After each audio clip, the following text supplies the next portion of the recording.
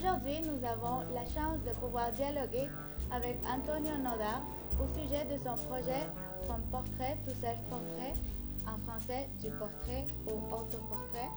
Et nous aimerions savoir sur les attentes que vous avez au sujet de son projet. C'est un projet, je comprends, où toute la famille salvadorienne aura la chance de voir dans une seule exhibition tous les artistes visuels que le Salvador présente. Pourquoi avez-vous choisi le Salvador comme le troisième pays où réaliser ce projet? Disons que c'est plutôt le Salvador qui m'a choisi, parce que je suis un peu le projet, à ligne, c'est le projet qui a une vie, et par des connexions, je suis arrivé au Salvador.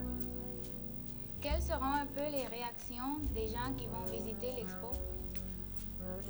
Les réactions, il y a deux réactions. Il y a une qui est physique, parce que c'est une exposition qui va avoir environ 700 mètres carrés, c'est-à-dire 700 mètres en ligne.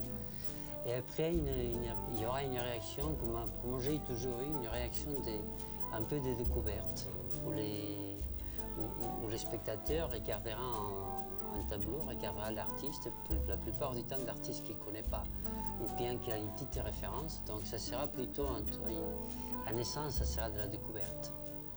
Qu'est-ce que cette expo peut offrir aux touristes qui visitent le Salvador? Mais je crois qu'elle peut offrir une vision unitaire, une vision pas globale, mais très très grande de ce qui est en train de se faire, de se produire en ce moment au Salvador, comme art, je comprends.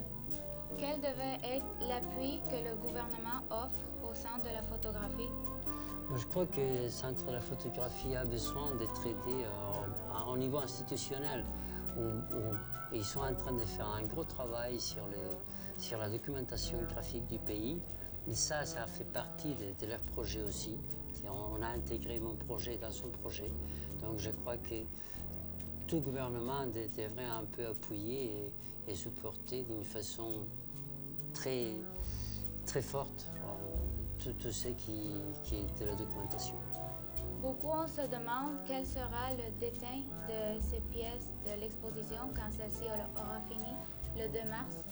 Mais le 2 mars, c'est pas le fini, c'est pas la fin du projet, c'est plutôt le commencement de l'expo. Toute l'œuvre physique, elle va rester au Salvador, mais elle restera comme une pièce unique, elle restera au centre de la photographie. Mais on espère que cette unité de travail, elle peut voyager de par le monde pour montrer une autre façon, une autre vision du Salvador. Nous allons continuer à suivre les pas de Antonio Nodar ici au Salvador et nous espérons avoir la chance de pouvoir dialoguer avec lui une autre fois. Je suis Magali pour Imágenes Libres TV.